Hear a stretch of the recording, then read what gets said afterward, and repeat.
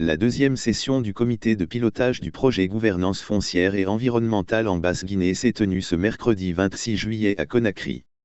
C'était sous la présidence du ministre de l'Urbanisme, de l'Habitat et de l'Aménagement du territoire chargé de la récupération des domaines spoliés de l'État, El Hadji Ibrahima Khalil Condé.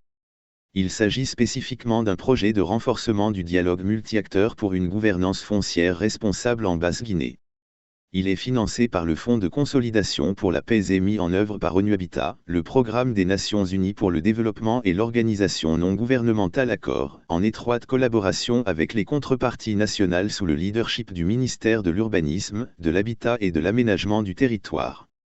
Le projet vise à renforcer la cohésion sociale et à prévenir les conflits liés aux opérations d'exploitation des ressources minières et de carrières en milieu rural et périurbain, ainsi qu'aux occupations des emprises publiques en milieu urbain en Basse-Guinée.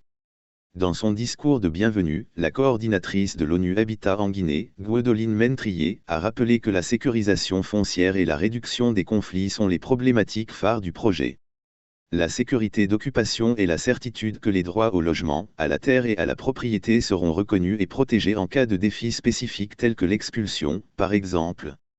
Les systèmes fonciers constitués des lois et des institutions réglementant la façon dont les individus et les groupes sociaux ont accès au logement, à la terre, à la propriété ainsi qu'aux ressources naturelles, a-t-elle expliqué.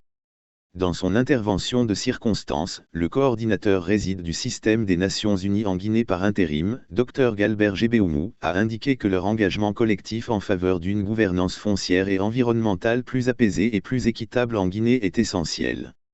Aujourd'hui, environ 80% des cas portés auprès des tribunaux concernent des conflits liés au foncier. Ce chiffre est astronomique, vous en conviendrez.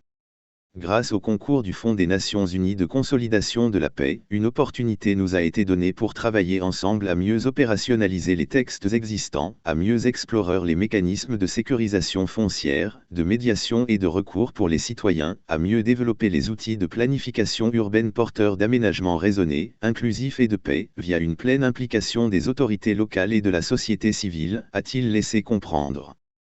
Pour sa part, le ministre de l'Urbanisme, de l'Habitat et de l'Aménagement du territoire chargé de la récupération des domaines spoliés de l'État, Ibrahima Khalil Condé, a, dans son allocution de lancement des travaux, déclaré que cette importante rencontre du projet sera mise à profit, non seulement pour échanger sur l'état d'avancement et les contraintes liées à la mise en œuvre, mais aussi pour prendre des décisions relatives aux recommandations formulées par le comité technique de suivi. Afin d'orienter et de mieux réussir la clôture du projet.